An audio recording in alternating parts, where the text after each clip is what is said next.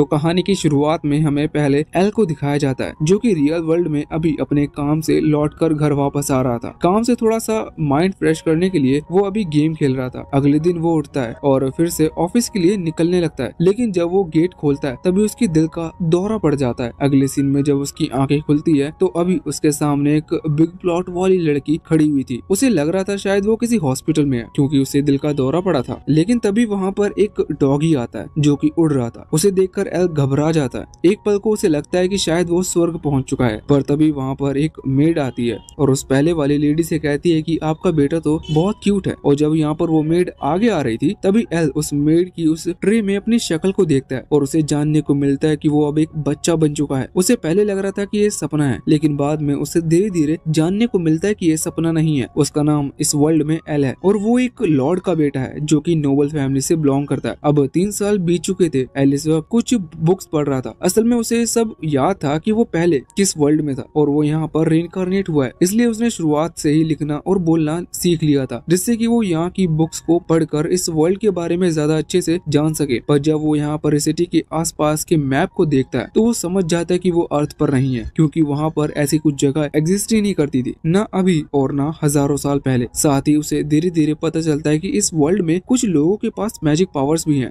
जिस वजह से उसका यकीन पक्का हो चुका था। उसे ये भी जानने को मिलता है कि वो लैम्बर्ग नाम के टाउन में रहता है। यहाँ पर पूरे 10,000 लोग रहते हैं और उसके फादर यहाँ के लॉर्ड है जो कि इस पूरे टाउन को संभालते हैं। साथ ही उसे ये भी पता चलता है कि उसके घर में कई सारी मेड, कुछ शेफ्स हैं और उसका घर इतना ज्यादा बड़ा है कि वो तो उसे बिल्कुल पैलेस की तरह लग रहा था। वो खुश था कि वो इतनी अच्छी जगह पर रीइंकार्नेट हुआ है। वैसे अभी वो वहाँ से सीधा ट्रेनिंग एरिया में जाता है जहाँ पर उस टाउन के सोल्जर प्रैक्टिस किया करते हैं। वो सभी सोल्जर आज फिर से एल को यहाँ देखकर हैरान थे, क्योंकि एल अभी बहुत कम एज का है, लेकिन फिर भी वो अक्सर यहाँ पर आया करता है। वो सभी सोल्जर्स मानते हैं कि वो बड़े होकर एक अच्छा वॉरियर बनेगा। हालांकि अभी वो कह रहे थे कि तुम थोड़ा वहाँ से दूर हट जाओ, क्योंकि यहाँ पर हम प्रैक्टिस कर रहे हैं तो तुम्हें चोट भी लग सकती है। लेकिन एल कहता है कि नहीं, वो संभल कर रहेगा जिससे उसे चोट नहीं लगेगी। अब इसके बाद एल आगे बढ़ रहा था, तभी उसे दिखता है कि एक आदमी एक ट्रेनी यानी कि एक नए पर्सन को ट्रेन कर रहा है और जो नया पर्सन है वो लड़ने में और भाला चलाने में ज्यादा अच्छा नहीं है। इस वजह से वो बार बार नीचे गिर जा रहा था। हालांकि वो हार नहीं मान रहा था, लेकिन जब एल अपनी एप्रिशियल स्किल यानी कि वो टैलेंट दिखाने वाली स्किल का इस्तेमाल करता है तो उसे जानने को मिलता है कि ये जो नया ट्रेनी है इसकी स्किल भाला चलाना नहीं है, बल्कि वो तीर कमान चलाने में ज्यादा माहिर है।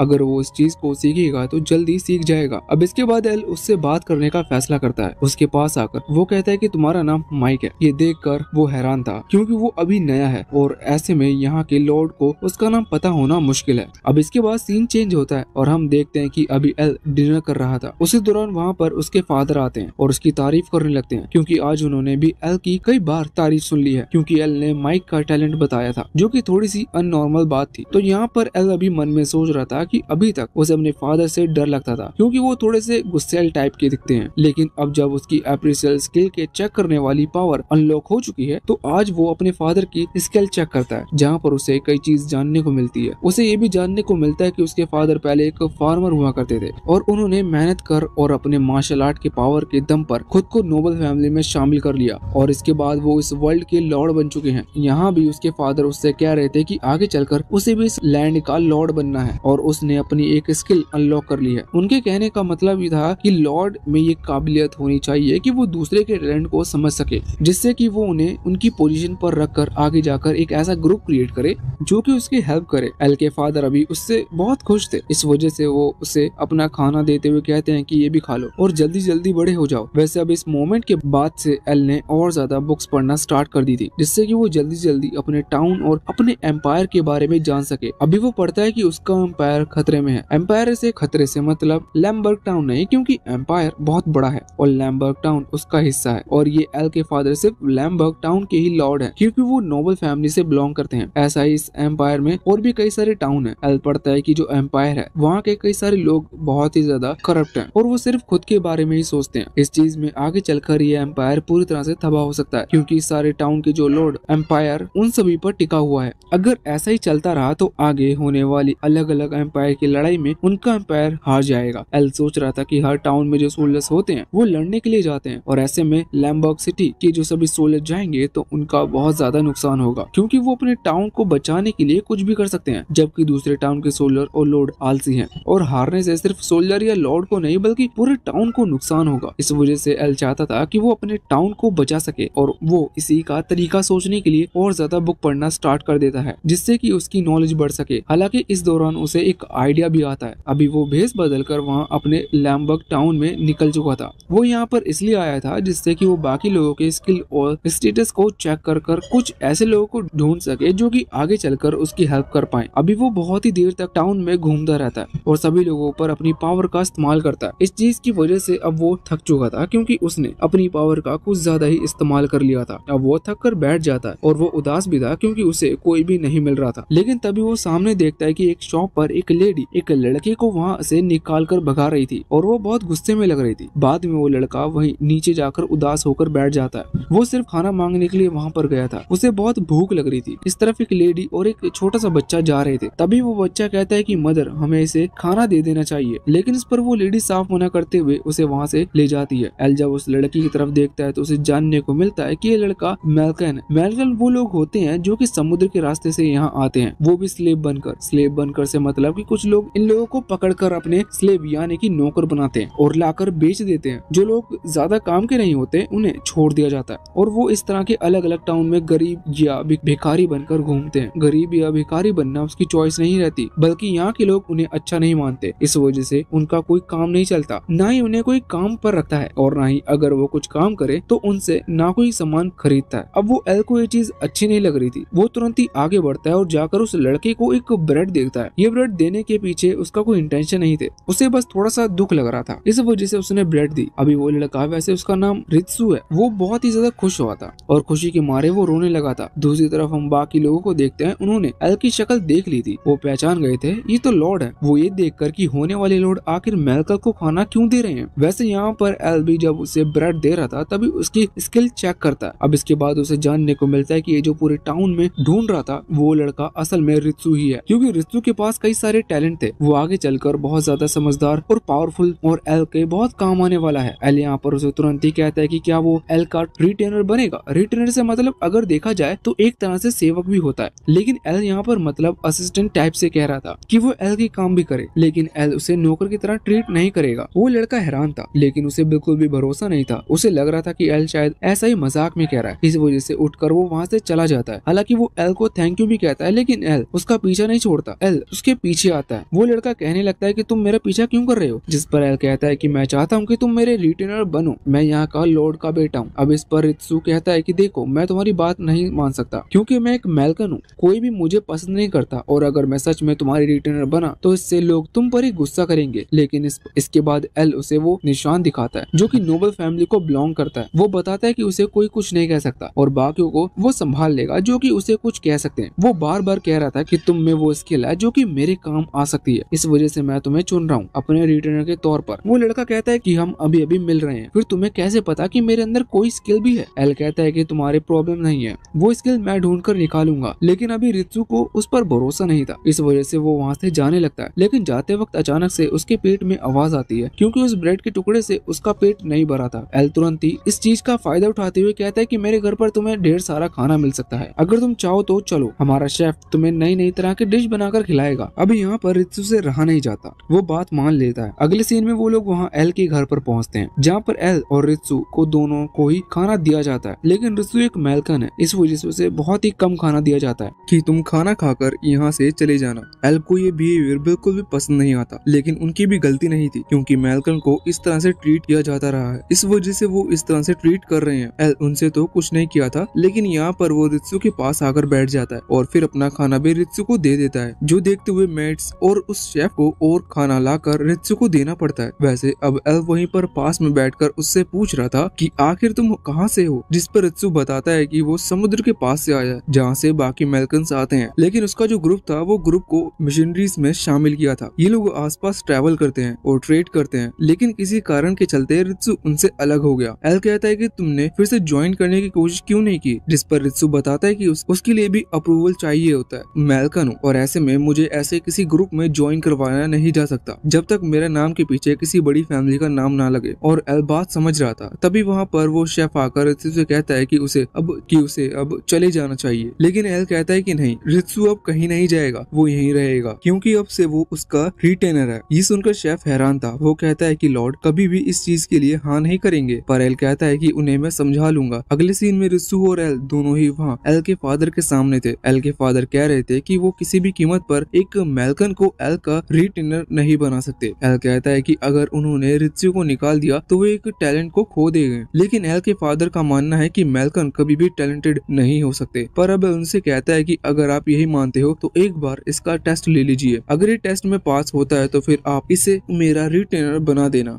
नहीं तो ये चला जाएगा। एल के फादर पहले मना कर रहे थे, लेकिन फिर उन्हें याद आता है कि एल ने माइक के टैलेंट का भी पता लगाया था। इसी वजह से वो रित्सु को भी एक चांस दे देते हैं। वो कहते हैं कि उनकी और रित्सु की एक स्वॉर्ड फाइट होगी। अगर स्वॉर्ड फाइट में रित्सु जीतता है तो इसके बाद वो उससे अपने यहाँ पर सोल्जर के रूप में अपॉइंट कर लेंगे। लेकिन एल इस चीज पर आवाज उठाता है क्योंकि उसके फादर स्ट्रॉन्ग और एक्सपीरियंस भी है, इसलिए रित्सु उन्हें नहीं हरा सकता। पर एल के फादर कहते हैं कि तुमने ही तो कहा अभी अभी कि रित्सु बहुत टैलेंटेड है, इसलिए अगर वो चाहता है कि मैं उसे सोल्जर में शामिल कर लूं तो उसके लिए उसे मेरे टेस्ट को पास करना होगा। इसके बाद वो वहाँ से चले जाते हैं। एल उन्हें समझाते हुए उनके पीछे जा रहा था। ये चीज देखकर रित्सु एल से पूछता है कि आखिर वो इतनी मेहनत क्यों कर रहा है उसे शामिल करने के लिए। तो इस पर एल रुक कर कहता है कि क्या तुम ऐसा नहीं चाहते, सच बताना, अगर तुम ऐसा नहीं चाहते हो तो मैं जबरदस्ती नहीं करूंगा। लेकिन रित्सु इस पर कहने लगता है कि नहीं, ये तो उसकी जिंदगी का सबसे ज्यादा अच्छा दिन है, वो तो बस कंफ्यूज है कि आखिर एल ऐसा क्यों कर रहा है। एल कहता है कि वो आने वाले समय में इस टाउन का लॉर्ड बनने वाला है और वो अकेले इस जगह को नहीं संभाल सकता, इसलिए उसे कुछ काबिल लोगों की जरूरत है। वो कहता है कि सबसे पहले अब इसके बाद सीन चेंज होता है और हम देखते हैं कि वो लोग सीधा ट्रेनिंग एरिया में आ चुके थे, जहाँ पर आने के बाद एल के फादर पहले एक सेकंड क्लॉक मंगवाते हैं जिससे वो टाइम मेजर कर सके और इसके बाद वो रित्सु से कहते हैं कि तुम्हारे पास सिर्फ कुछ ही मिनट का टाइम है, अगर इतने में ही तुमने एक भी अटैक मेरे ऊपर कर दिया तो मैं तुम्हें पास मानूंगा और सोल्जर में शामिल कर लूंगा। वैसे बाकी जो सोल्जर्स थे वो यहाँ पर रित्सु को देखकर हैरान थे क्योंकि वो समझ गए थे कि रित्सु एक मेल्कन है। अब फाइट शुरू होती है जिस दौरान हम देखते हैं कि रित्सु पूरी कोशिश कर रहा था एल के फादर को हिट करने का, लेकिन वो ऐसा नहीं कर पा रहा था। पर बाकी सब ये देखकर शॉक थे कि रित्सु उनके लॉर्ड के सामने तलवार इतनी अच्छी चला पा रहा है, जबकि उनके पूरे टाउन में सबसे ज्यादा महान तलवारबाज उनके लॉर्ड ही हैं। अब यहाँ पर लॉर्ड बहुत ही ज्यादा पावरफुल अटैक कर रित्सु को वहाँ से नीचे गिरा देते हैं। रित्सु की उठने की हालत नहीं थी क्योंकि वो जानता था कि वो कभी भी एल के फादर को नहीं हरा सकता। लेकिन फिर उसे एल की आवाज आती है और उसे याद आता है कि एल ने उससे कहा था कि उसे उसकी जरूरत है। इस वजह से अब रित्सु भी फिर से खड़ा होता है और अपनी पूरी पावर से हमला करने के लिए आगे बढ़ जाता है। वो खिड़की की साइड पर जंप कर रहा था जिस वजह से उसे सनलाइट का एडवांटेज मिल जाता है, लेकिन सही मौके पर यहाँ पर एल के फादर ने भी उसके अटैक को रोक लिया था। पर वो कहता है कि ये लड़ाई अभी यहाँ पर खत्म नहीं हुई है। जब रित्सु पीछे मुड़कर देखता है तो सैंड क्लॉक में अभी भी कुछ रेत बची हुई थी। उसे समझ में नहीं आता, लेकिन फिर भी एल के फादर बताते हैं कि तुम मेरे टेस्ट को पास कर चुके हो। यहाँ पर एल के फादर के बाल पर उसकी तलवार हल्की सी टच हो गई थी। हालांकि अब जो भी हुआ यहाँ पर रित्सु को सोल्जर बना दिया जाता है, जिस पर वो बहुत ज्यादा खुश था और साथ ही एल भी। वैसे एल के फादर एल से कहते हैं कि तुम्हारे अंदर ये पावर है कि तुम दूसरे के टैलेंट को पहचान सकते हो, ये पावर तुम्हें आगे चलकर बहुत काम आएगी। अगले सीन में रित्सु को दूसरे कपड़े दिए जाते हैं जिस पर वो बहुत ज्यादा खुश था क्योंकि उसकी लाइफ अब पहले से पूरी तरह से बदल चुकी है। इसलिए वो एल के पास आकर उससे कहता है कि वो जरूरत आने पर एल के लिए अपनी जान भी दे देगा। अब इसके बाद यहाँ से कुछ मंथ बाद का सीन आता है। हम देखते हैं कि यहाँ रित्सु सभी सोल्जर के साथ और सभी लोगों के साथ घुल मिल गया था। वो सभी सोल्जर रित्सु के साथ मिलकर ट्रेनिंग किया करते थे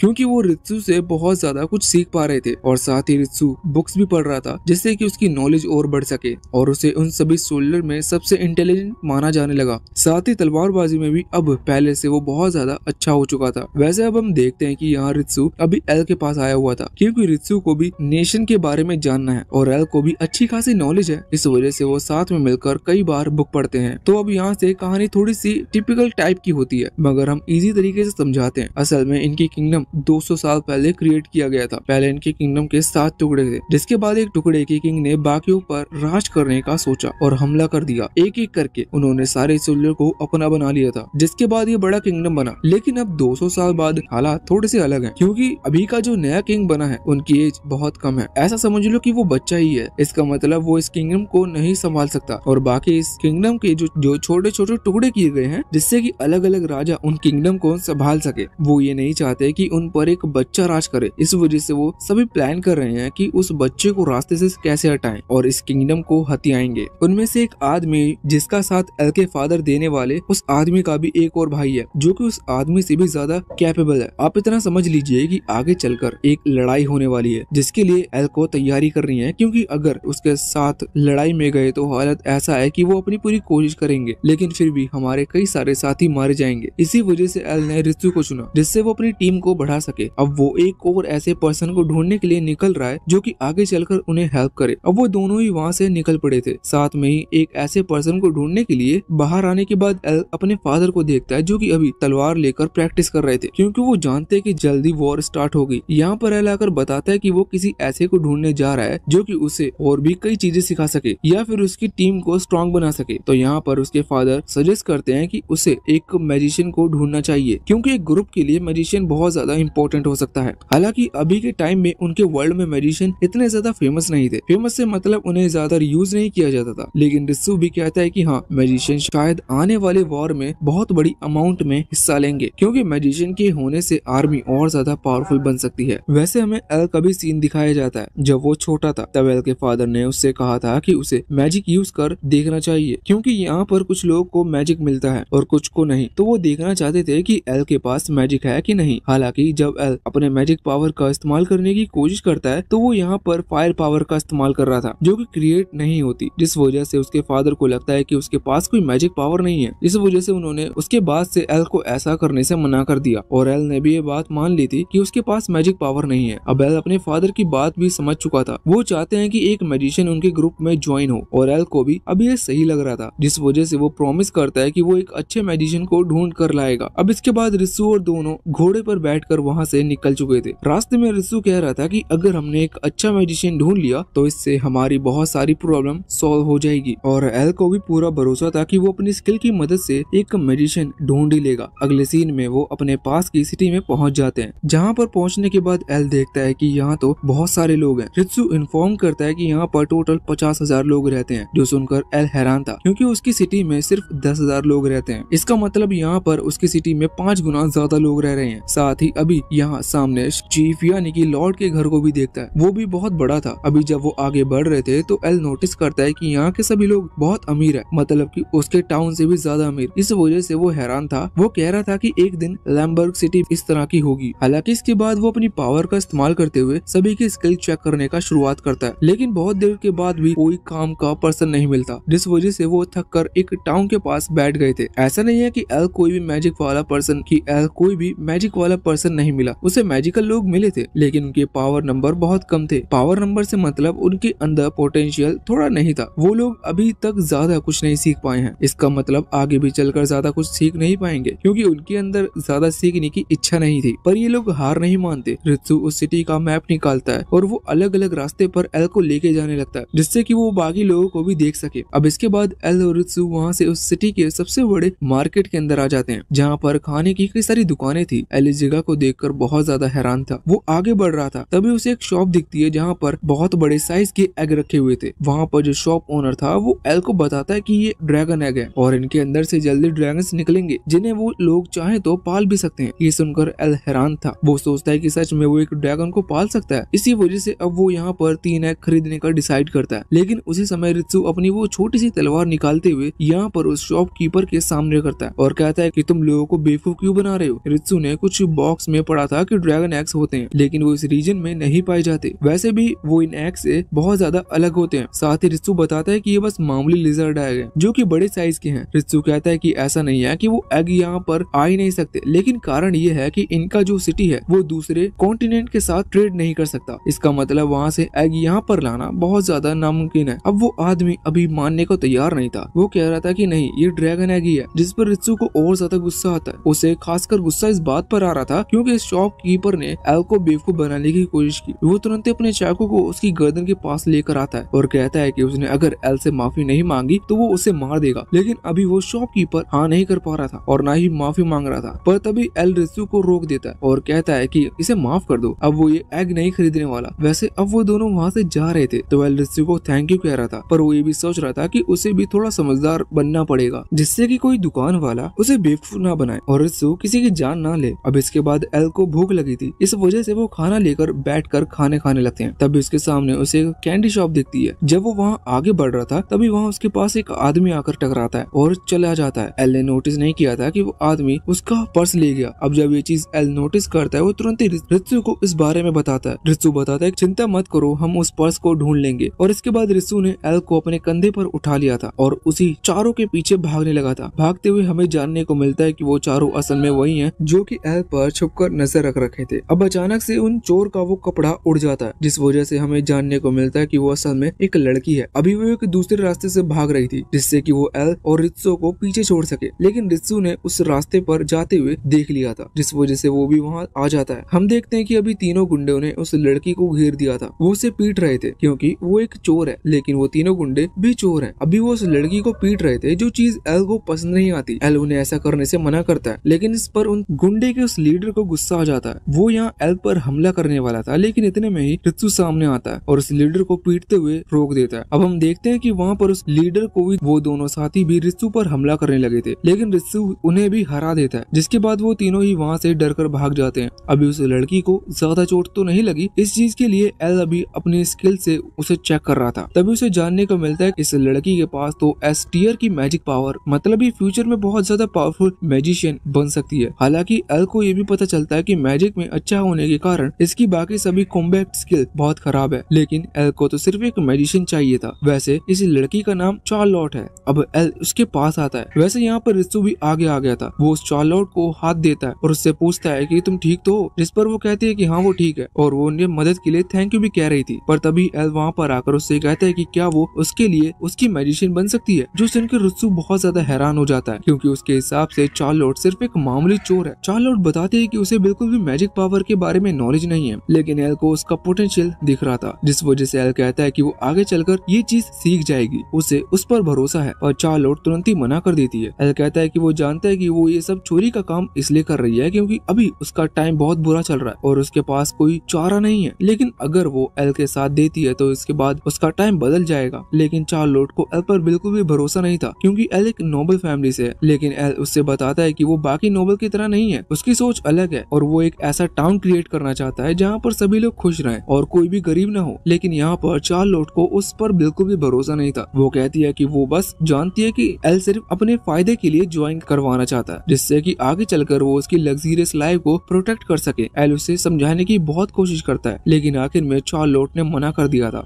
जिस वजह से एल फैसला करता है कि अब वो उसे और नहीं मनाएगा। हालांकि अब वो लोग अपना वो पर्स वापस मांगते हैं। चार्लोट भी वो पर्स वापस दे देती है क्योंकि इन लोगों ने उनकी जान बचाई थी और वैसे भी वो पर्स उन्हीं का है। एल कहता है आखिर वो लोग कौन थे जो कि तुम्हें पीट रहे थे, जिस पर चार्लोट बताती है कि वो उन लोगों के आदमी हैं जिन लोगों ने चार्लोट को स्लेव बनाकर यहाँ पर लाए थे। एल कहता है कि फिर तो वो लोग बहुत खतरनाक है, तुम्हें इस टाउन को छोड़कर चले जाना चाहिए। पर इस पर चार्लोट स्टाइल मारते हुए कहती है कि नहीं, वो ऐसा नहीं करने वाली। एल और रित्सु को समझ में नहीं आ रहा था कि आखिर चार्लोट ऐसा क्यों कह रही है, लेकिन अब इतने में ही वहाँ पर कुछ छोटे बच्चे दौड़ते हुए आते हैं। ये सभी ऑर्फन के थे, मतलब अनाथ थे, और एल को जानने को मिलता है कि चार्लोट सिर्फ उन्हीं की वजह से इस टाउन को छोड़कर नहीं जा रही, वरना फिर उन लोगों को खाना कौन देगा। ये देखते हुए एल अपना वो पर्स वापस से चार्लोट को दे देता है। अब इसके बाद सीन चेंज होता है। हम देखते हैं कि उस टाउन में उन्होंने जो घर लिया था रहने के लिए, वहाँ बाहर एक टेबल रखी हुई थी और एल तब से वहाँ पर ही बैठा हुआ था। रात हो गई थी, इस वजह से रित्सु उसके पास आता है और कहता है उसे अंदर चलना चाहिए, उसे चार्लोट के बारे में भूल जाना चाहिए। लेकिन एल कहता है कि चार्लोट उनके साथ है और उससे चार्लोट के लिए बुरा भी लग रहा है। लेकिन इस पर रित्सु बताता है कि ये उसका सोचना भी गलत नहीं है क्योंकि एक टाइम पर रित्सु भी सभी नोबल के बारे में यही सोचता था। अभी तब वहाँ पर वो छोटे बच्चे दौड़ते हुए आते हैं जिन्हें उसने चार्लोट के साथ देखा था। वो अभी यहाँ पर बताते हैं कि चार्लोट को कुछ लोग अपने साथ उठा कर ले गए हैं। वो लोग शायद वही गुंडे थे जिन्हें हमने चार्लोट के साथ देखा था उसे पीटते हुए।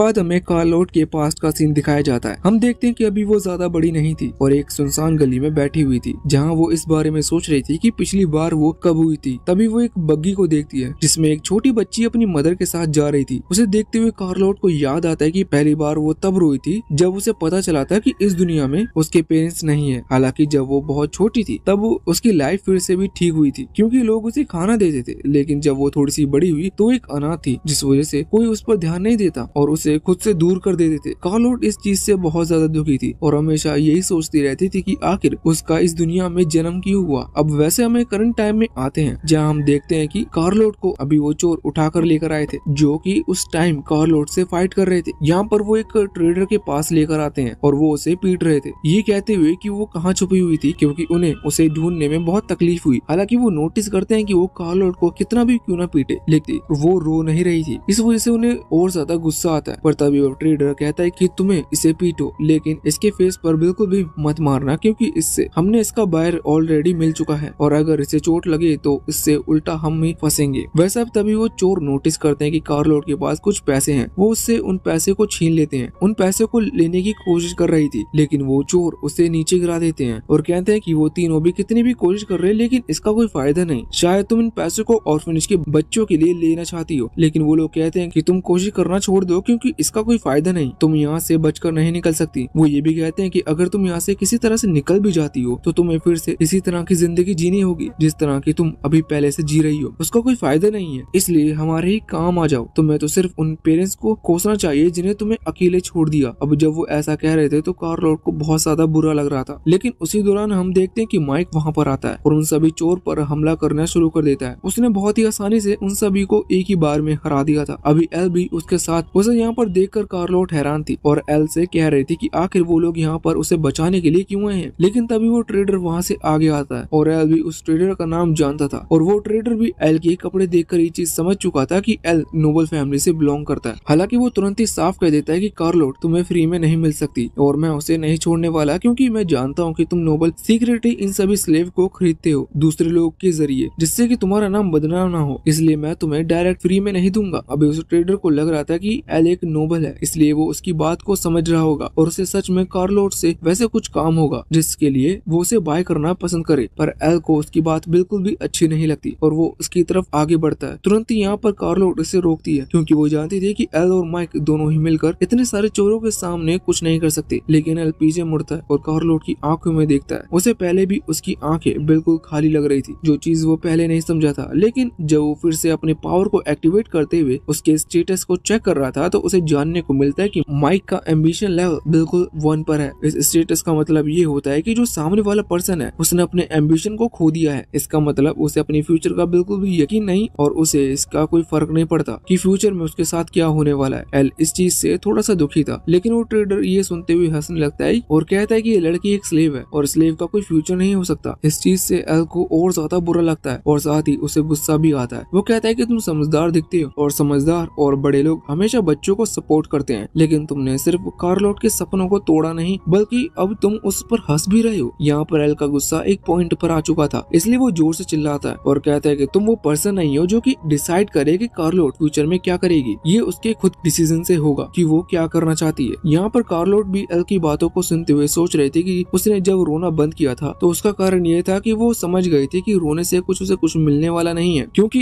हालांकि इस चीज के साथ उसने अपने एम्बिशन को भी खो दिया था क्योंकि उसे लगा था कि शायद जब इंसान का जन्म होता है तभी उसकी डेस्टिनी डिसाइड कर ली जाती है। इसलिए उसने सब कुछ अपनी डेस्टिनी पर छोड़ दिया और खुद कुछ नहीं सोचा। उसने खुद को इतना सख्त बना लिया जिससे कि कोई भी उसका कोई फायदा ना उठाए। उसके लिए आंसू कमजोरी थे और कमजोरी मौत। इसलिए उसने भले ही अपने फ्यूचर का नहीं सोचा लेकिन प्रेजेंट में जीते हुए उसने सर्वाइव करने के बारे में जरूर सोचा। इसलिए वो खुद को स्ट्रॉन्ग बनाते रहे और किसी तरह से उसने बचपन से लेकर अभी तक सर्वाइव किया। लेकिन इस सब बातों को याद करते हुए आज वो बहुत समय के बाद रो रही है। हालांकि यहाँ पर उस ट्रेडर को इस चीज से कोई फर्क नहीं पड़ता और वो बाकी चोरों से कहता है कि हमें और उनकी बकवास नहीं सुननी चाहिए, इन्हें यहाँ से निकाल दो क्योंकि ये हमारे किसी काम के नहीं है। वो सभी चोर वहाँ से जा रहे थे और कार्लोट एल से कह रही थी कि वो माइक को लेकर यहाँ से चला जाए क्योंकि वो अकेले इनसे नहीं लड़ सकते। लेकिन एल माइक से कहता है कि हमें भी इन्हें सबक सिखाना होगा जिससे कि फ्यूचर में ये सभी किसी को ऐसी कोई गड़बड़ ना कर सके। माइक तुरंत ही पहले आगे आता है और चोरों को बहुत बुरी तरह से मारता है, जिसके बाद वो चोर नीचे गिर गए थे। माइक कहता है कि उन्होंने उसके मास्टर को गुस्सा दिलाया इसलिए अब वो उन्हें नहीं छोड़ेगा। वो आगे बढ़कर फिर से हमला कर रहा था। हालांकि वो चोर सोच रहे थे कि गिनती में ज्यादा हैं, इसलिए वो माइक को आसानी से हरा देंगे, लेकिन उनका ये मानना गलत था क्योंकि माइक उन सभी को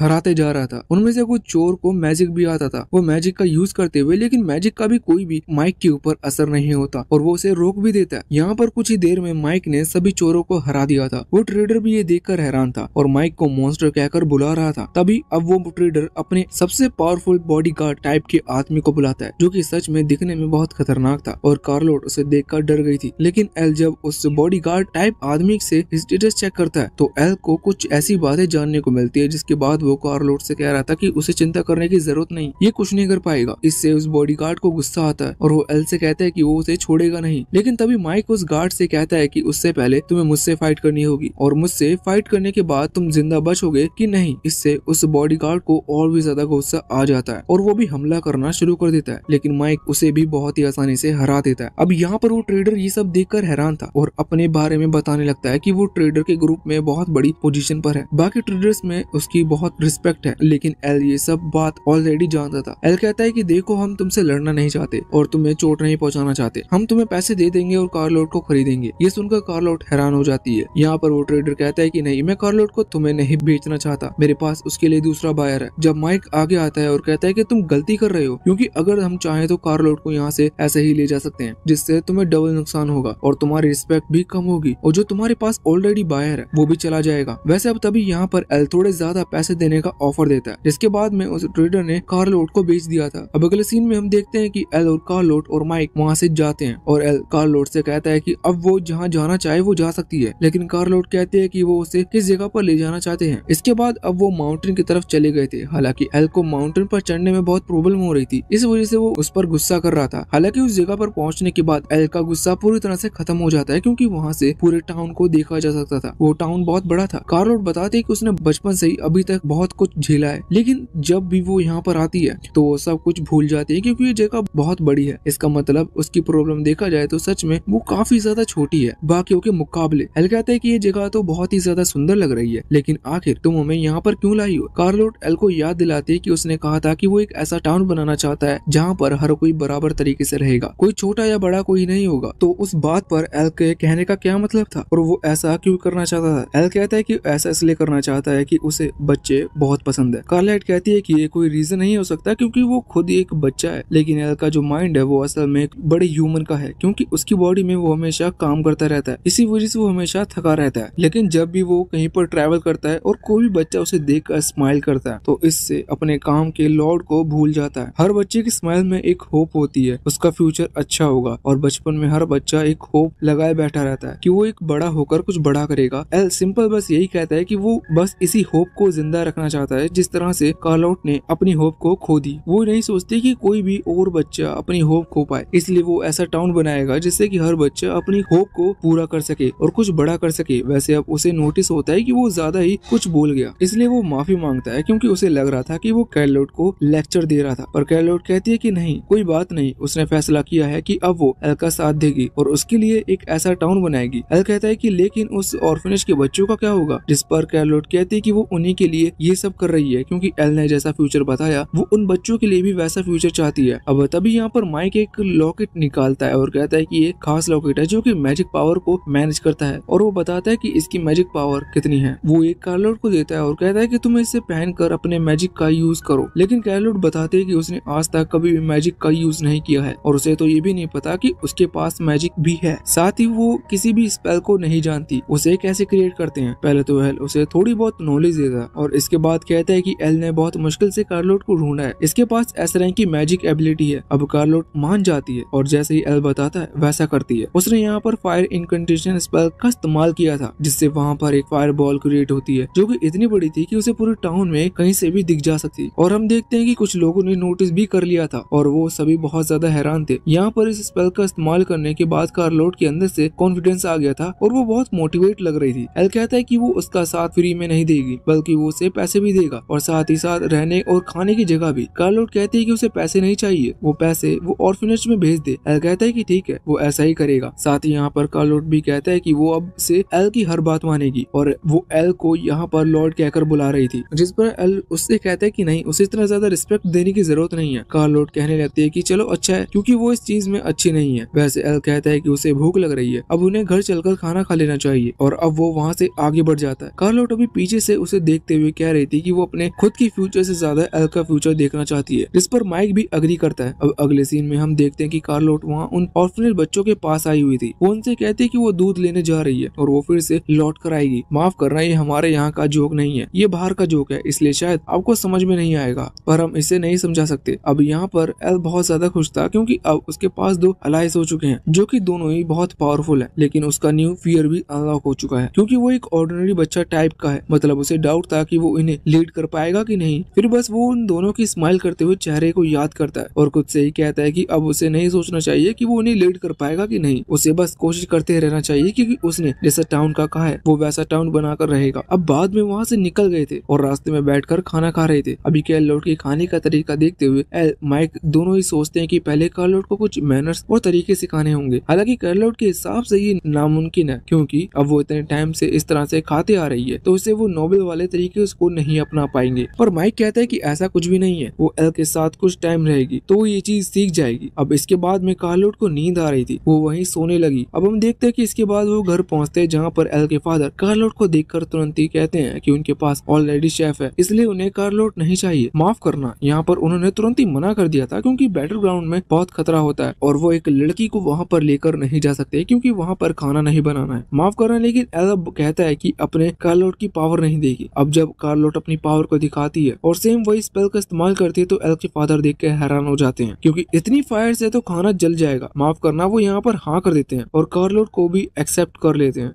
इसके बाद सीन सीधा 3 साल बाद पर शिफ्ट होता है। हम देखते हैं कि अभी एल के फादर एक वॉर पर से वापस लौट कर आ रहे थे। उस वॉर में उनकी जीत हुई है। अब जो अंदर आते हैं तो एल उनसे पूछता है कि वॉर में सब कुछ कैसा था, तो उसके फादर बताते हैं कि उन्हें जीत मिली है और उनका एक भी साथी मारा नहीं गया और ये सब का क्रेडिट वो सभी कैरलोट को दे रहे थे क्योंकि उसकी मैजिक पावर के कारण ही वो जीते हैं। कैरलोट ने खुद की एक टीम भी बना ली जो कि उसके अंडर काम करती है। एल के फादर कह रहे थे कि जल्दी कैरलोट इस पूरे कैपिटल की सबसे पावरफुल मैग बन जाएगी। ये सुनकर एल बहुत ज्यादा खुश था कि उसने परफेक्ट टैलेंट को ढूंढ निकाला और अब वो और मोटिवेट भी था कि उसे और भी ऐसे लोग ढूंढने हैं। तभी वहाँ पर उसकी मदर आती है और हमें जानने को मिलता है कि इन 3 साल में एल के फादर ने सिर्फ उस वॉर को लड़ने में ही मेहनत की थी। माफ करना, अब एल का एक छोटा भाई और एक छोटी बहन भी है। एल अपनी पावर से उनके स्टेटस को चेक करता है। अब उसके स्टेटस में उसे कुछ खास तो नहीं दिखता, बस उसे इतना पता चलता है कि फ्यूचर में आकर ये उसके लिए बहुत मददगार बनेंगे, मतलब उनके पास भी फ्यूचर में कुछ अच्छे टैलेंट होंगे। अब वहाँ पर माइक की एंट्री होती है। वो वहाँ पर आकर कहता है कि उसके पास एक गुड न्यूज है। उसे एक फैमिली के बारे में पता चला है जिसने अभी अभी यहाँ पर शिफ्ट किया है। उस फैमिली में 2 बच्चे हैं और दोनों की हाइट अच्छी है और उनकी बॉडी भी स्ट्रॉन्ग है। वो हंटर्स है। माइक ने उनके बारे में बाकी टाउन पीपल से सुना था। अब इसके बाद हम देखते हैं कि वो उसी जगह के लिए निकल गए थे। अभी वो बाहर आते हैं। उन्होंने एक घोड़ा ले लिया था क्योंकि वो फैमिली जंगल टाइप एरिया में रहती है, वो टाउन में नहीं रहती। अब जब वो निकलने वाले थे तभी उनकी मुलाकात कार्लोट से होती है। वो पूछते हैं कि तुम कहाँ पर जा रहे हो, जिस पर एल बताता है कि उसे कुछ टैलेंटेड पीपल के बारे में पता चला है, इसलिए वो उनके टैलेंट को देखने के लिए जा रहा है। अगर वो सच में काम के हैं तो उन्हें एल भी अपनी टीम में ले लेगा। ये सुनकर कार्लोट कहती है कि आज उसकी छुट्टी है, मतलब आज उसे कोई काम नहीं है, तो अगर वो लोग चाहे तो वो भी साथ चल सकती है। एल को इस चीज में कोई प्रॉब्लम नहीं थी, वो हाँ कर देता है। अब वो तीनों ही उस एक घोड़े पर बैठ कर निकल जाते हैं। ये राइड एल के लिए सबसे कंफर्टेबल राइड थी। हालांकि वो घोड़ा बहुत स्लो चल रहा था, इसी वजह से कार्लोट कहती है कि ऐसे तो हम बहुत देर में पहुंच पाएंगे, पर माइक कहता है कि गलती तुम्हारी है, हम दोनों अकेले आने वाले थे, तुम ही साथ आई। तो तभी सामने से वो कुछ जंगली जानवर को भागते हुए देखते हैं और उसी समय उनके ऊपर कोई तीर चलाता है। ये तीर किसी ने बहुत दूर से चलाया था, लेकिन फिर भी ये बिल्कुल निशाने पर जाके लगता है। जब वो जानवर मारा जाता है तो अभी वहाँ पर 2 लड़के आते हैं। उन्हीं दोनों लड़कों से मिलने के लिए एल और माइक आ रहे हैं। ये दोनों लड़के अभी बहुत ज्यादा खुश थे क्योंकि इनका निशाना बिल्कुल परफेक्ट लगा था। लेकिन जब वो लोग माइक और कार्लोट को वहाँ देखते हैं तो उससे माफी मांगने लगते हैं क्योंकि उन्हें इस तरह से बिना देखे तीर चलाना नहीं चाहिए। वैसे एल का ध्यान तो अभी उनके स्टेटस को चेक करने में था। एल चेक करता है कि उनके जो स्टेटस है उसमें से जो भी उनके पास टैलेंट है वो सब A क्लास का है, इसका मतलब वो अच्छे टैलेंटेड लड़के हैं। एल उन्हें सेलेक्ट कर सकता है। वैसे वो दोनों ही पूछते हैं कि आप तीनों यहाँ पर क्या कर रहे हो, क्योंकि अक्सर लोग इस तरह के जंगल में नहीं आते। एल बताता है कि वो स्पेशल किसी काम से आया था। तब वो ये सुनते हुए वो दोनों ही एल को उनके घर पर लेकर आते हैं जहाँ पर अभी वो अपने फादर के साथ रहते थे। उनके फादर एल, कार्लोट और माइक तीनों को ही खाना खिलाते हैं और कहते हैं कि माफ करना, मैं ज्यादा कुछ अच्छा खाना बना नहीं पाता क्योंकि हमारे पास टाइम नहीं रहता। एल कहता है कि कोई बात नहीं, बिना बताए हम ही आए हैं। वैसे कार्लोट को तो वो खाना बहुत पसंद आ रहा था। अब खाना पीना खिलाने के बाद उन दोनों लड़कों के फादर पूछते हैं कि आखिर आप यहाँ पर क्यों आए हो, जिस पर एल बताता है कि वो लॉर्ड का छोटा बेटा है और वो इन दोनों को लड़कों को अपनी आर्मी में ज्वाइन करना चाहता है। ये सुनकर उन दोनों लड़कों के फादर बहुत ज्यादा हैरान हो गए थे। उनका और साथ ही साथ उन दोनों लड़कों का ड्रीम है कि वो आर्मी में जाएं, इसलिए ये उसका ड्रीम पूरा होने जैसा था। पर तभी उन दोनों लड़कों के फादर कहते हैं कि काश उनके तीसरे बेटे रोजल के पास भी इस तरह का कोई टैलेंट होता, क्योंकि उन्हें उसकी बहुत चिंता रहती है। एल ये सुनकर हैरान था कि उनका तीसरा बेटा भी है। वो उसके बारे में पूछता है, लेकिन तभी कार्लोट वहाँ एक लड़के पर पॉइंट करती है और कहती है कि क्या यही आपका बेटा है। अभी वो तीसरा बेटा रोजल वहाँ से कुछ खाना चोरी करके ले जा रहा था। वो थोड़ा सा इंट्रोवर्ट टाइप का है, इसी वजह से वो एल को भी हेलो भी नहीं बोलता। पर उसके फादर उसके पास आते हैं और उस पर थोड़ा सा चिल्लाते हुए कहते हैं कि खुद लॉर्ड के सन यहाँ पर आए हुए हैं, तुम्हें उनसे हेलो तो कहना चाहिए। अब किसी तरह से रोजल हेलो कहता है, मगर एल यहाँ पर अभी उस स्टेटस को चेक कर रहा था। उस दौरान एल को जानने को मिलता है कि रोजल बहुत ही ज्यादा इंटेलिजेंट है और जबकि वो अभी सिर्फ 5 साल का ही है। देखा जाए तो वो उसके पूरे टाउन में सबसे ज्यादा समझदार है। ये देखकर एल बहुत ही ज्यादा हैरान हो गया था। वो कहता है कि अगर इसे ट्रेनिंग कराई जाए तो ये फ्यूचर में उसके बहुत काम आएगा। एल तुरंत ही उसे भी एक प्रपोजल एक्सेप्ट करने को कहता है, लेकिन यहाँ पर रोजल कहने लगता है कि नहीं, वो वॉर में नहीं जाना चाहता और उसे ये सब चीजें पसंद नहीं। उसे तो ऐसा दिख रहा था जैसे कि कार्लोट और माइक तीनों यहाँ पर उसे सिर्फ वॉर के लिए ले जाने आए हैं, इसलिए अब वो चिल्लाते हुए मना करता है और अपने कमरे में जाकर गेट लॉक कर लेता है। एली देखकर हैरान था कि रोजल ने उसे रिजेक्ट कर दिया, पर तब भी उसके फादर कहते हैं कि इसमें उसकी गलती नहीं है, वो सिर्फ अभी 5 साल का ही है। हालांकि हंटर्स के जो बेटे होते हैं वो 5 साल की उम्र में जंगली जानवरों को मारना सीखते हैं, लेकिन रोजल के साथ ऐसा नहीं है क्योंकि 2 साल पहले ही उसकी मदर की डेथ हो गई थी, जिसके बाद से वो बिल्कुल शांत हो गया। वो ज्यादा कमरे से बाहर भी नहीं आता और किसी से घुलता मिलता भी नहीं। इसी वजह से उसने वो सारी ट्रेनिंग की ही नहीं जिससे कि वो स्ट्रॉन्ग बन सके। इसी कारण से वो अपने दोनों भाइयों से बिल्कुल अलग है और वो वॉर में नहीं लड़ सकता। पर एल कहता है कि वो तो उसे वॉर के लिए ले जा ही नहीं रहा। वो जानता है कि रोजल के पास सोल्जर बनने का टैलेंट नहीं है। वो कहता है कि वो बहुत ज्यादा समझदार है, वो फ्यूचर में बहुत ही अच्छा स्ट्रेटेजिस्ट बन सकता है, इसलिए वो एक और बार कोशिश करना चाहता है रोजल को मनाने की। अभी उसके फादर को भी कोई तकलीफ नहीं थी। वो तुरंत ही एल को परमिशन दे देते हैं। एल उस कमरे में आता है जहाँ पर वो देखता है कि रोजल अभी किताब पढ़ रहा था। एल उसके पास आता है। रोजल तो तुरंत मना कर देता है कि नहीं, उसे ज्वाइन नहीं करना, पर एल कहता है कि मैं उस वजह से नहीं आया। एल उससे पूछता है कि क्या तुम बुक पढ़ना पसंद करते हो, जिस पर रोजल कहता है कि हाँ, उसे बुक पढ़ना बहुत ही ज्यादा पसंद है, लेकिन उनके पास सिर्फ एक ही किताब है और ये किताब जो 2 साल पहले उसकी मदर उसे पढ़कर सुनाया करती थी। ये सुनकर एल को बहुत ज्यादा दुख होता है, लेकिन वो कहता है कि अगर तुम्हें सच में बुक पढ़ना इतना पसंद है तो तुम हमारी किंगडम की लाइब्रेरी में आकर बुक पढ़ सकते हो, वहाँ पर तुम्हें ढेर सारी बुक मिलेंगी। रोजल को लगा था कि शायद ये एल की चाल है और बाद में उन बुक की कीमत के बदले वो रोजल को वॉर में ज्वाइन होने को कहेगा, इसलिए रोजल तुरंत ही मना कर देता है। पर एल समझता है कि ऐसा कुछ नहीं है, तो फिर रोजल कहता है कि ठीक है, मैं चलूंगा, लेकिन मेरी सेफ्टी के लिए मेरे भाई भी साथ आएंगे। एल ने इस पर हाँ कर दी थी, जिस वजह से अगले सीन में हम देखते हैं कि वो वहाँ पैलेस में पहुंच चुके थे। अभी एल का जो डॉग है वो रोजल को लिक कर रहा था, इसी वजह से रोजल डर गया था। वैसे के भाई भी हैरान थे क्योंकि ये पैलेस बहुत ही ज्यादा बड़ा है। एल कार्लोट से कहता है कि वो इन्हें इस पैलेस को घुमाए। कार्लोट ऐसा करना नहीं चाहती थी, पर एल ने ऐसा कहा था और वो दोनों लड़के बहुत ज्यादा एक्साइटेड लग रहे थे क्योंकि उन्हें घर के साथ कुछ और भी बड़ा लग रहा है। वो कार्लोट के साथ चले जाते हैं। कार्लोट उन्हें जगह जगह दिखाती है और इधर एल रोजल को लाइब्रेरी में लेकर आता है। यहाँ पर आने के बाद रोजल बहुत ही ज्यादा हैरान था क्योंकि उसे वो किताब बहुत ज्यादा पसंद आ गई थी और वहाँ पर बहुत सारी किताबें थी। वो कहता है कि अभी उसे कहीं जाना नहीं है, इसी वजह से वो आराम से बुक पढ़ सकता है। अगर उसे कुछ चाहिए तो वो माइक यहीं पर खड़ी है। एल वहाँ से चला जाता है, लेकिन एल भी अभी जो किताब पढ़ रहा था उसे पढ़ते पढ़ते उसको नींद आने लग जाती है। अब कुछ घंटे बाद जब उसकी नींद खुलती है तो उसे याद आता है कि रोजल तो किताब पढ़ रहा है, कहीं वो चला ना गया हो। वो तुरंत ही नीचे आता है तो वो देखता है कि रोजल खुद ही अभी सो चुका है। वो माइक से पूछता है तो माइक बताता है कि उसने बहुत सारी किताबें एक साथ पढ़ ली और इतनी किताबों को वो अपने दिमाग पर सह नहीं पाया, इसी वजह से वो सो गया। एल स्टेटस चेक करता है तो उसे जानने को मिलता है कि रोज का जो इंटेलिजेंस लेवल है वो पहले से ज्यादा इंक्रीज हो चुका है। इसी वजह से एल खुश था और समझ गया था कि इस तरह से रोजल को और ज्यादा इंटेलिजेंट बनाया जा सकता है। तभी वहाँ पर उसके दोनों भाई आते हैं। वो कहते हैं कि हमें चलना चाहिए। हालांकि वो देखते हैं कि रोजल सो रहा है और उसने बहुत सारी किताबें पढ़ ली है। इसी वजह से वो कहते हैं कि कमाल है, रोजल ने अभी बुक पढ़ना सीखा नहीं है, लेकिन फिर भी वो बुक इतनी आसानी से पढ़ लेता है। ये सुनकर एल हैरान हो गया था। अब वैसे रोजल उठता है तो वो एल से पूछता है कि आखिर वो बुक कैसे पढ़ लेता है, जिस पर रोजल बताता है कि 2 साल पहले जब उसकी मदर उसे वो बुक पढ़कर सुनाती थी तो वो उन वर्ड्स को उन बुक के वर्ड्स से साथ मैच करता था, जिसके बाद वो कुछ टाइम में ही अपने आप ही बुक पढ़ना सीख गया। ये सुनकर एल और रोजल के दोनों भाई बहुत ज्यादा हैरान हो गए थे।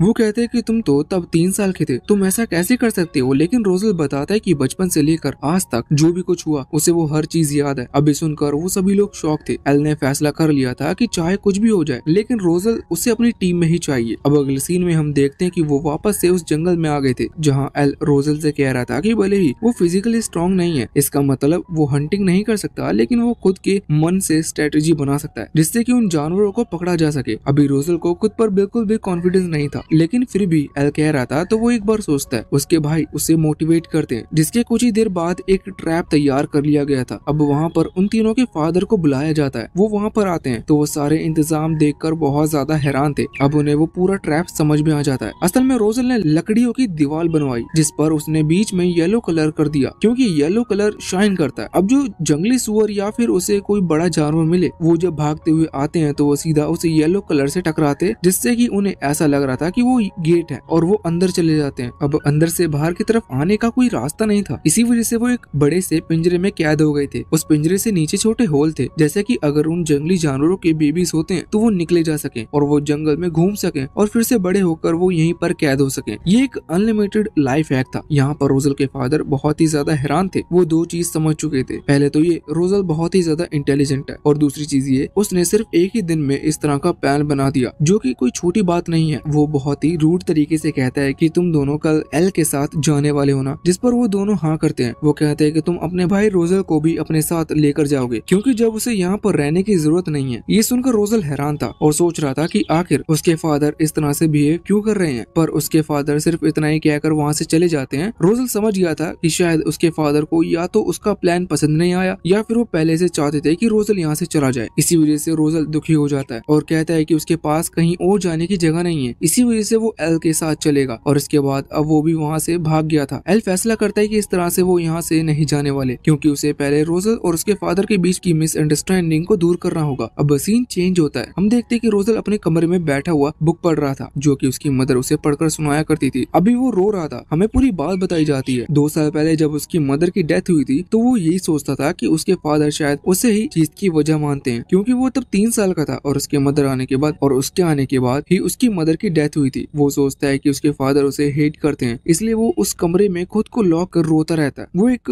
फेलियर है। उसके फादर भी उसे पसंद नहीं करते। अब तभी उसे कुछ आवाज आती है। वो देखता है कि वहाँ घर के ऊपर अभी उसके फादर और उसके दोनों भाई खड़े हुए थे। वो अभी अपने फादर से थैंक यू कह रहे थे, उन्हें इस तरह से ट्रेनिंग देकर इतना बड़ा करने के लिए। लेकिन वो ये भी पूछते आखिर उनके फादर ने रोजल के साथ ऐसा बिहेव क्यों किया, जिस पर उनके फादर कहते हैं कि उन्हें ऐसा बिहेव नहीं करना चाहिए था और वो ऐसा करना भी नहीं चाहते थे, पर वो खुद को भी एक फेलियर मानते हैं, क्योंकि उन्होंने आज तक रोजल का टैलेंट नहीं पहचाना और वो उससे भी वही करवाना चाहते थे जो कि वो नहीं कर सकता। रोजल के फादर रोते हुए कहते हैं कि काश मैं उसका टैलेंट पहले समझ सकता। अगर मैं उससे नॉर्मली कहूँ तो शायद वो मान जाए और यहाँ रहे, क्योंकि उसे लगता है कि वो एक हंटर बनने के लिए ही पैदा हुआ है, इसलिए मैंने उसे चिल्ला दिया जिससे कि वो मुझे हेट करे और अपनी मर्जी से यहाँ से चला जाए। अब अगले सीन में हम देखते कि जब वो लोग वहाँ से निकलने वाले थे तो रोजल पहले ही आगे बढ़ गया था, जो देखते हुए उसके फादर को लगता है कि शायद रोजल सच में उन्हें हेट करने लगा है। इसी वजह से वो भी वहाँ बिना गुड बाय करते हुए चला जाता है। पर तभी रोजल वापस लौट कर आता है और रोते हुए कहता है कि चाहे कुछ भी हो जाए लेकिन वो उन्हें कभी भी हेट नहीं करेगा। और भले ही अभी तक वो एक लूजर था, लेकिन अब वो मेहनत करेगा और अपने टैलेंट को पॉलिश कर एक नाम बनाएगा, जिसके बाद वो फिर से यहीं लौट कर आएगा और वो साथ में रहेंगे। अब इतना सुनने के बाद रोजल के फादर की आंखों में से आंसू आ गए थे। वो बहुत ज्यादा खुश थे और उसे ऑल द बेस्ट कह रहे थे। यहाँ पर अभी रोजल के दोनों भाई एल से कह रहे थे कि उसने सही किया जो वो डायरेक्ट रोजल को यहाँ से नहीं ले गए, उसने पहले मिसअंडरस्टैंडिंग को दूर की। एल कहता है कि उसे इस चीज से कोई फर्क नहीं पड़ता कि रोजल उसके साथ आए या ना आए, वैसे भी रोजल उसके किंगडम का मेंबर है, तो इसलिए वो नहीं चाहता कि उसके किंगडम में कोई भी दुखी रहे। अब कुछ टाइम बाद हम देखते हैं कि एल के फादर की तबीयत खराब थी, लेकिन उन्हें एक वॉर में जाना था, जिस वजह से एल उनके पास बैठा हुआ था और कह रहा था कि क्या वो इस वॉर को पोस्टपोन नहीं कर सकते, कि क्या उनका इस मिशन पर जाना बहुत ज्यादा जरूरी है। तो उसके फादर कहते हैं कि हाँ। उसके फादर इसे डिटेल में बताते हैं। असल में हमने जिस किंगडम की बात शुरू की थी, उसी किंगडम के जो 2 बेटे हैं, एक बड़ा बेटा और एक छोटा बेटा, किंग ने फैसला किया कि वो अपना जो राजपाट यानी कि थ्रोन है वो छोटे बेटे को देंगे। इसी वजह से बड़े बेटे ने ये चीज मानने से मना कर दिया। उसे लग रहा था कि छोटा बेटा अपने फादर को फोर्स कर रहा है। अब उन दोनों में वॉर होने वाली है, जिस वॉर का फायदा बाकी सारे छोटे किंगडम्स उठाने की सोच रहे हैं। आगे की चीज हमें समझ में नहीं आती। बस बात इतनी थी कि चाहे कुछ भी क्यों ना हो जाए, लेकिन एल के फादर को इस वॉर में जाना ही पड़ेगा। वो एल से कहते हैं कि उसे इस बात की चिंता करने की जरूरत नहीं, क्योंकि उसके लिए अभी टेंशन लेने की एक दूसरी बात है। उन्होंने एल को बताया नहीं था, पर उन्होंने एल के लिए एक लड़की देखी है जो कि उससे मिलने के लिए आने वाली है। ये सुनने के बाद एल बहुत ज्यादा हैरान हो गया था। वो अपने फादर से कहता है कि आपने मुझे ये बात पहले क्यों नहीं बताई, जिस पर उसके फादर कहते हैं कि मैं तो तुम्हें भूल ही गया था बताना। वैसे उसके बाद अब वो उसे एक लेटर देते हैं जो कि उसकी वाइफ की तरफ से है। हमें जानने को मिलता है कि वो आज यहाँ पैलेस में आने वाली है। ये देखकर एल और ज्यादा हैरान हो जाता है और जब वो बाहर आकर बाकी सभी को बताता है कि एक बहुत बड़ी प्रॉब्लम हो चुकी है, जो सुनकर वो सभी हैरान हो गए थे। उतने में ही वहाँ पर वो मेड आती है। वो बताती है कि एल की होने वाली वाइफ पैलेस के बाहर आ चुकी है। अब एल वहाँ से बाहर आता है उससे मिलने के लिए। वो बहुत ज्यादा अनकंफर्टेबल और नर्वस फील कर रहा था। तभी वो अपनी होने वाली वाइफ को देखता है। पहले तो उसे देखकर कहीं खो ही गया था, लेकिन उसके बाद वो उसके स्टेटस को चेक करता करता है, जिससे उसे जानने को मिलता है कि उसके होने वाली वाइफ बहुत ज्यादा समझदार है और वो कन्वर्सेशन में बहुत ज्यादा मास्टर है। एल समझ गया था कि अब उसे बहुत ज्यादा संभल कर रहना होगा और अभी वो थोड़ा अनकंफर्टेबल इस चीज से भी होने लगा था कि अगर उसकी होने वाली वाइफ सच में समझदार है तो कहीं वो यहाँ पर उसके फादर की तबीयत खराब होने का फायदा ना उठाए। पर यहाँ पर उस लड़की का बिहेवियर बहुत ही अच्छा था, वो बहुत ही अच्छे से बात कर रही थी और एल को ये चीज पसंद आती है और एल ये चीज जानता था कि अगर वो कॉन्वर्सेशन में मास्टर है तो उसका हर मूव बिल्कुल परफेक्ट होगा। तभी वहाँ पर माइक गुजर रहा था, जिसे देखकर अलीशिया का बटलर उन्हें कहने लगता है कि क्या तुम्हारे पैलेस में इस तरह के लोग काम करते हैं। लेकिन अलीशिया को ये बात बिल्कुल भी पसंद नहीं आती, उसे माइक के बारे में नॉलेज नहीं थी कि माइक एल बहुत ही ज्यादा ट्रस्टवर्थी साथी है। इसी वजह से वो अपने बटलर को डराती है और कहती है कि वो माफी मांगे, उसे किसी के बारे में इस तरह से नहीं कहना चाहिए। अब उसका बटलर माफी मांगता है और यहाँ पर एल के मन में अलीशिया की थोड़ी सी अच्छी इमेज बनती है। अब इसके बाद वो अंदर उस पैलेस को देखने के लिए आ गए थे, जिसे देखते हुए अलीशिया सिर्फ हर चीज की तारीफ कर रही थी। बाद में वो खाना खाने के लिए बैठते हैं, अलीशिया को वही खाना पसंद आता है। अभी एल जब उससे बात कर रहा था तो उसके मुंह पर थोड़ा सा सॉस लग गया था। अलीशिया ये चीज बताती है। एल सॉस को साफ करते हुए कहता है कि एक परफेक्ट कन्वर्सेशन मास्टर के साथ बात करना इतना ज्यादा मुश्किल हो सकता है, ये चीज मैं आज समझ रहा हूँ। असल में एल की जो बात कर रहा था अलीशिया उसका जवाब बिल्कुल तुरंत ही दे रही थी, जो चीज एल के लिए थोड़ी सी मुश्किल थी क्योंकि उसे बहुत ज्यादा सोचना पड़ रहा था कि वो क्या कहे। एल सोचता है अगर उसने पहले अलीशिया के स्टेटस को चेक नहीं किया होता तो वो अब तक वो उसके प्लान में गिर चुका होता, क्योंकि एल को भी भरोसा नहीं है कि सच में वो यहाँ पर किस रीजन से आई है। तभी अलीशिया कहती है कि वो टाउन को देखना चाहती है, मतलब उसे किंगडम में घूमना था और किंगडम के बाकी लोग से मिलना था। एल कहता है कि मैं तुम्हें टाउन घुमा सकता था लेकिन अभी मौसम बहुत खराब है, अभी वहाँ बारिश हो रही है। लेकिन अलीशिया कहती है कि कोई बात नहीं, कुछ टाइम बाद मौसम बिल्कुल ठीक हो जाएगा। एल सुनकर शौक था, लेकिन कुछ टाइम बाद ऐसा ही होता है, अचानक से वो बारिश रुक जाती है। एल सोच रहा था कि क्या उसके पास वेदर कंट्रोल करने की भी पावर है या फिर ये पहले ही मौसम के बारे में पता लगा सकती है। लेकिन अलीशिया बताते है कि ऐसा कुछ भी नहीं है। असल में जब वो यहाँ पर आ रहे थे तो उसने बादल को देखा, इसी वजह से वो समझ गई कि बारिश होने वाली है और साथ ही हवा भी तेज चल रही थी, इसलिए वो ये भी जानती थी कि बारिश ज्यादा देर तक नहीं होगी और बादल यहाँ से उड़ जाएंगे। वैसे अब हम देखते हैं कि बारिश रुक चुकी थी, इसी वजह से एल उसे लेकर वहाँ किंगडम की तरफ निकलने लगा था। उस तरफ कैरलोट और रोजल दोनों ही उन दोनों पर नजर रखे हुए थे। कैरलोट बहुत ही ज्यादा गुस्से में लग रही थी, वो रोजल से कहती है कि वो अलीशिया के बारे में क्या सोचता है, जिस पर रोजल कहता है कि वो डरावनी लड़की है। इस पर कैरलोट कहती है कि हाँ तुमने बिल्कुल सही कहा, हालांकि वो ऐसा इसलिए कह रही थी क्योंकि वो अलीशिया से थोड़ा सा जेलस फील कर रही थी। अब अगले सीन में हम देखते हैं कि एल और अलीशिया वहाँ किंगडम में आ चुके थे, वहाँ पर वो आसपास के लोगों से मिल रहे थे। अलीशिया बहुत ज्यादा खुश लग रही थी, लेकिन तभी वहाँ पर वो लोग एक लड़ाई को होते हुए देखते हैं। दो शॉप के ओनर के बीच में लड़ाई हो रही थी। वहाँ पर आने के बाद हमें वजह पता चलती है, असल में इनमें से एक फर्नीचर की दुकान चलाता है, उसे कुछ फ्लेम स्टोन चाहिए थे जिससे वो फर्नीचर बनाता है, लेकिन सामने वाले ने उसे साउंड स्टोन लगा कर दे दिया और अब वो वापस नहीं कर सकता। इसी वजह से उन दोनों में बहस हो रही थी। एल सोचता है कि उसे ये लड़ाई रुकवानी होगी क्योंकि वो फ्यूचर में होने वाला लॉर्ड है, लेकिन वो अपना गलत इंप्रेशन भी नहीं पड़ने देना चाहता था क्योंकि अगर लड़ाई रुकी नहीं तो इससे गलत इंप्रेशन अलीशिया के ऊपर पड़ेगा। तभी वहाँ पर कार्लोट आ जाती है, वो एल से कहती है कि अगर एल परमिशन दे तो वो 2 मिनट में इस लड़ाई को रुकवा सकती है। उसने तो हमला करने की तैयारी भी कर ली थी, लेकिन तभी अलीशिया वहाँ आगे आकर उसे रोकती है और कहती है कि ये सही नहीं होगा। साथ ही वो अचानक से उसकी तारीफ भी करने लगती है। वो कहते हैं कि मैंने आपके बारे में सुना है, आप बहुत पावरफुल मैजिशियन हो।